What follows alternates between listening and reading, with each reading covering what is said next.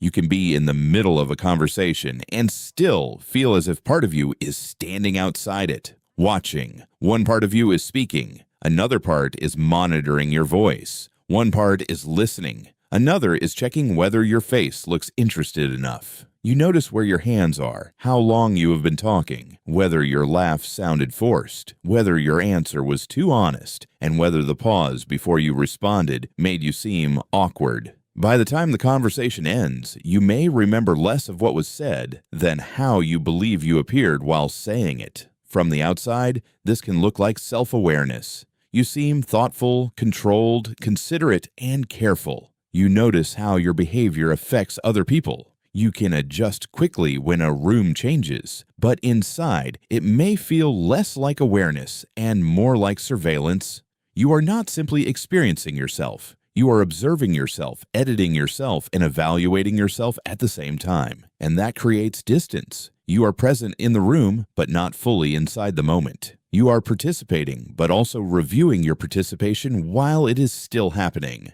The result is a painful paradox. The more determined you become to act naturally, the less natural you feel. So the real question is not, why am I so self-aware? It is, when did awareness become a camera I could no longer turn off? Healthy self-awareness is the ability to notice your thoughts, feelings, needs, and behavior without immediately becoming trapped by them. It helps you recognize that you are getting defensive before you say something cruel. It helps you notice that you are tired before you agree to another responsibility. It helps you understand why a certain conversation touched an old wound. Self-surveillance is different. Self-surveillance does not simply notice. It monitors for mistakes. It asks, how am I coming across, before it asks, what do I actually think? It asks, do they approve of me? Before it asks, do I feel safe with them? It asks, was that the correct reaction? Before it asks, was that reaction honest? The difference is not whether you pay attention to yourself. The difference is what your attention is trying to accomplish. Awareness is curious. Surveillance is protective. Awareness says, something changed inside me. Surveillance says, fix it before anyone notices. For many people, this protective monitoring did not appear for no reason. Maybe you grew up in an environment where small mistakes were remembered for a long time. A joke became a story repeated at family gatherings. Excitement was called attention-seeking. A question was treated as disrespect. Crying made someone uncomfortable. Anger made someone withdraw. You may have learned that having an internal experience was not enough. You also had to manage how that experience looked from the outside. Or perhaps the pressure arrived later. You entered a school, workplace, social group, or relationship where belonging felt conditional. You were accepted when you were useful, calm, agreeable, impressive, or easy to understand. When you were uncertain, awkward, tired, or emotionally complicated, the atmosphere changed. So you became skilled at watching the atmosphere before it could change again. The problem is not the existence of an inner observer. The problem begins when the observer is never allowed to leave. Imagine that every ordinary interaction is being recorded for review. You walk into a room. The internal camera turns on. You tell a story. The camera zooms in. Someone gives a neutral response. The camera marks the moment. You go home.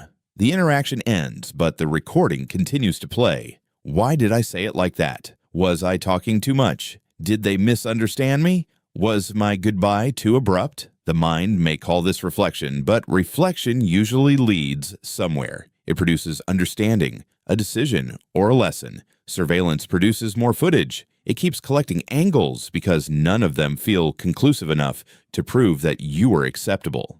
This is one reason deeply self-aware people can still feel socially uncertain. They may have a great deal of information about themselves, but very little trust in themselves. They know their triggers. They know how they sound when nervous.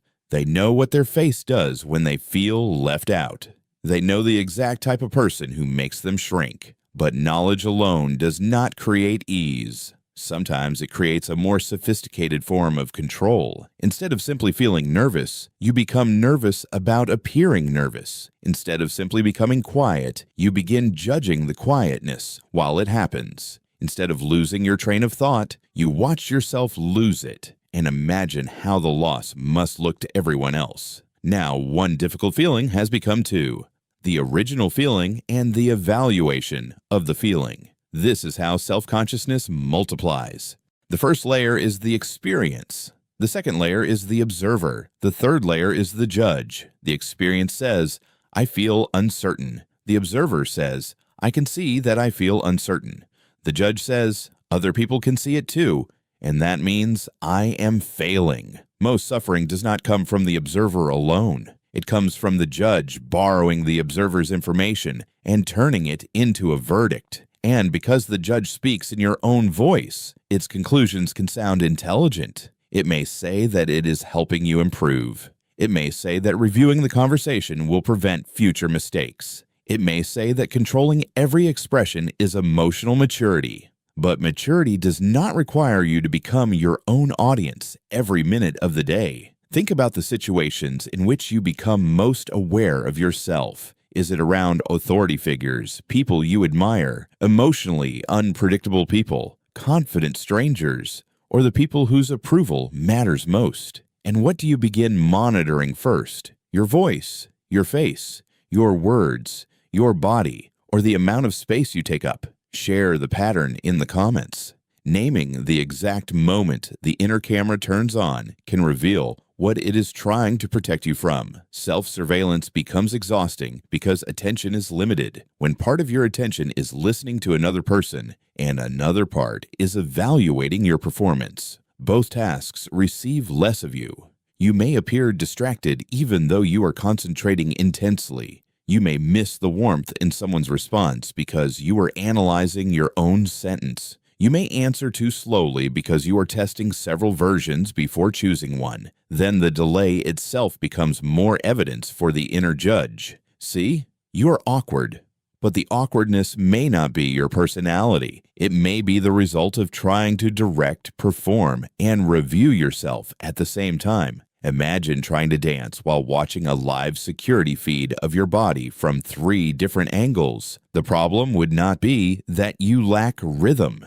The problem would be that your attention is divided between moving and measuring the movement. This division can become so familiar that you stop recognizing it as effort. You tell yourself you are simply quiet, but perhaps you're editing 10 possible responses. You tell yourself you are bad at groups, but perhaps groups create too many reflections of yourself at once. You tell yourself you have no personality, but perhaps your personality has learned to wait until the room feels safe enough to appear. This is why some people feel completely different depending on who is around them. With one friend, they are funny, quick, expressive, and spontaneous.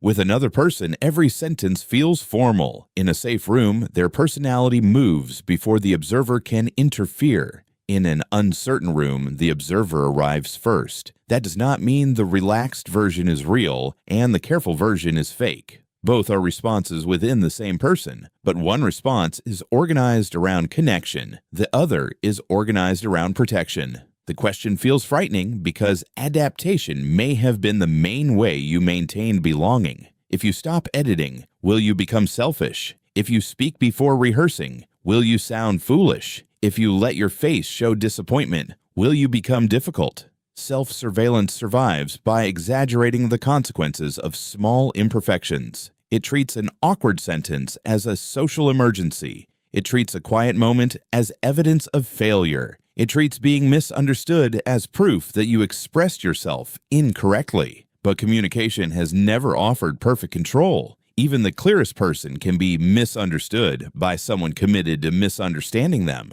Even the warmest person can encounter someone distracted, guarded, tired, or preoccupied. Even a thoughtful answer can land badly because the timing is wrong. When you accept that other people's responses are influenced by their own histories, moods, expectations, and limits, you stop treating every reaction as a precise measurement of your performance. This does not mean ignoring feedback. It means placing feedback in context. A useful question is this information about my behavior, or am I treating it as information about my worth?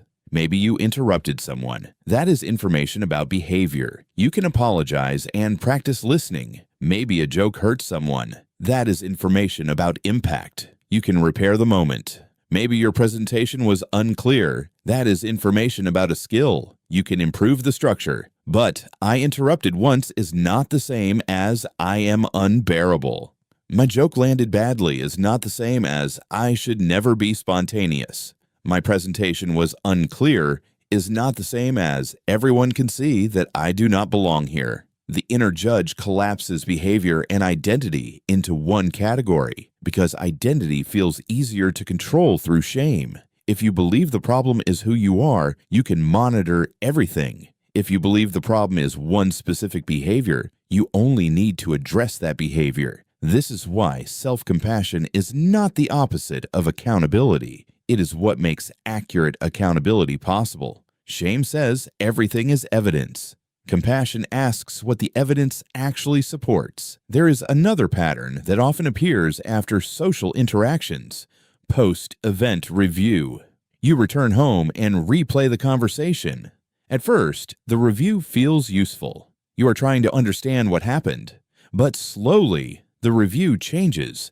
You stop remembering the full interaction and begin remembering selected moments. The pause, the expression, the sentence you wish you could replace. Each replay increases the emotional intensity of those moments. The conversation becomes more embarrassing in memory than it felt while it was happening. You may even begin imagining reactions that you never clearly observed. Perhaps they thought I was trying too hard. Perhaps they noticed my hands shaking. Perhaps everyone talked about it after I left. The mind fills missing footage with the explanation it fears most. A more grounded review separates three things: what happened, what you felt, and what you cannot know. What happened? I lost my place while telling the story. What you felt? I felt exposed and embarrassed. What you cannot know? Whether everyone judged me negatively. This separation prevents emotion from pretending to be evidence. You are allowed to feel embarrassed without proving that you embarrassed everyone.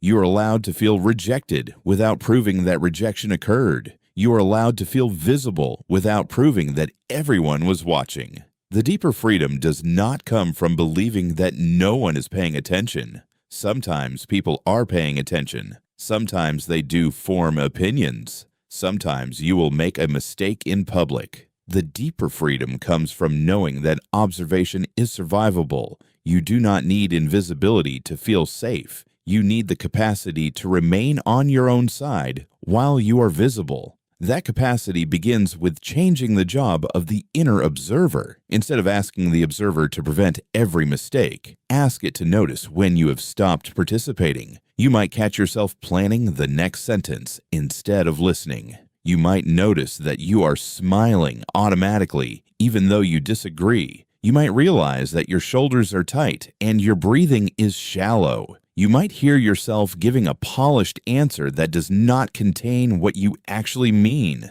At that point, the observer can become a doorway back into the moment. It can say, "I am watching myself again." Then it can step aside. One practical way to do this is to decide whether the situation requires performance or participation. Some situations genuinely require performance. A job interview requires preparation. A presentation requires structure. A difficult conversation may require careful language. In these moments, self-monitoring has a clear task and a clear ending. But many ordinary moments do not require a performance. Eating lunch with a friend does not require a perfect personality. Sending a casual message does not require 6 drafts. Answering a simple question does not require the most impressive version of the truth. When you identify a participation moment, give yourself a different goal. Not make the right impression. Try. Stay connected to what is happening.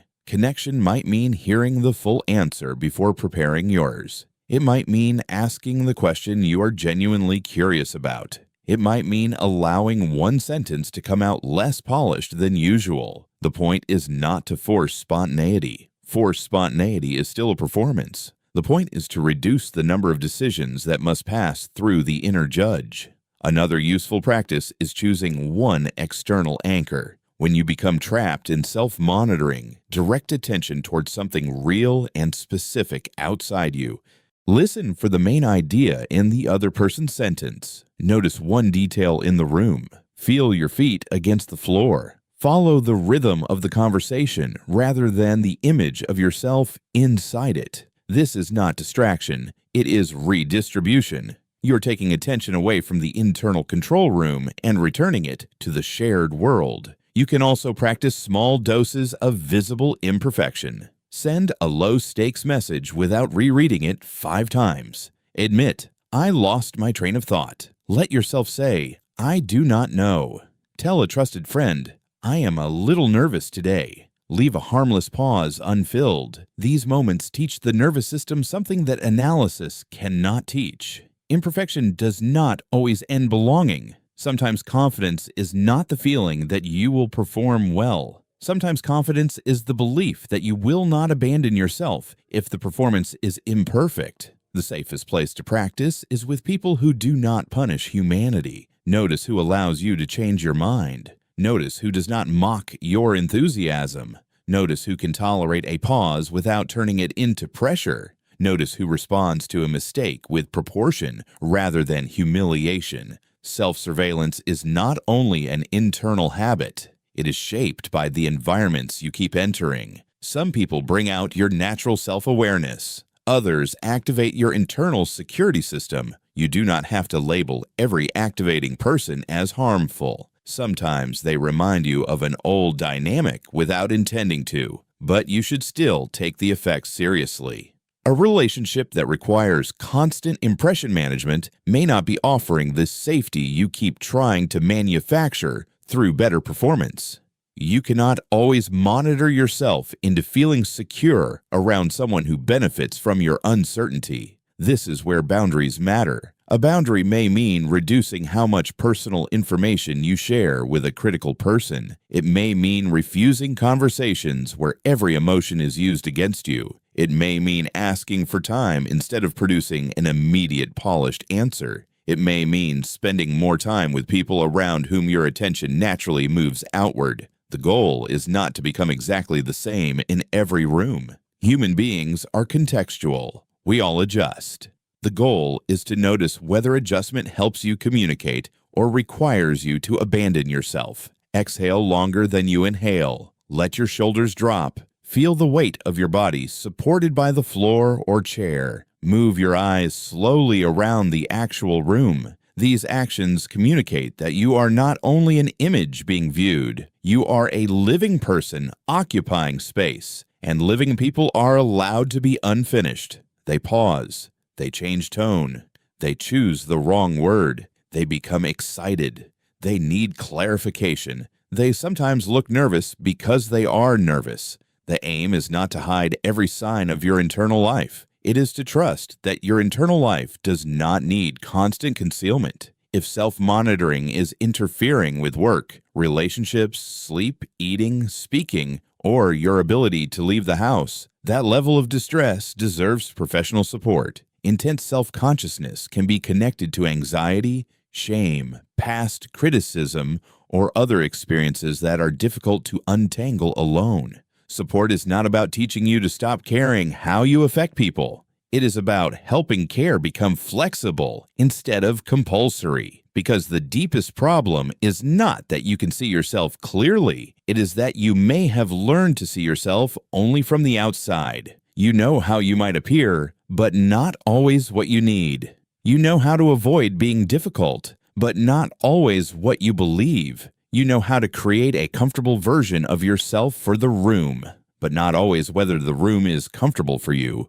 Real self-awareness includes both directions. It can look outward and ask, how did my behavior affect them? And it can look inward and ask, what happened to me in that interaction?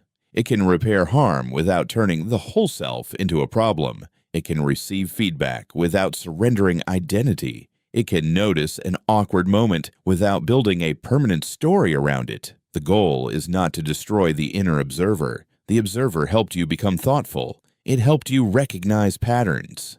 It may have protected you in environments where social mistakes felt expensive, but a protector that never rests eventually becomes a prison guard. You can thank it for noticing and still refuse to let it direct every scene. You can enter a room without rehearsing the entire version of yourself you plan to become there. You can listen without grading your listening. You can speak without watching the sentence leave your mouth from across the room. You can feel nervous without turning nervousness into a public failure. And you can be misunderstood without treating misunderstanding as evidence that you should disappear. Self-awareness was never meant to be a permanent surveillance system. It was meant to be a mirror. A mirror can help you adjust something when adjustment is needed. Then you are allowed to look away and return to your life. In the next video, we can uncover another layer of this pattern. Why people who are afraid of being misunderstood often explain themselves far beyond what the moment requires, and why more explanation does not always create more safety. Subscribe to Layered Psychology so you do not miss that next hidden pattern, or tell me in the comments which behavior you want us to decode next.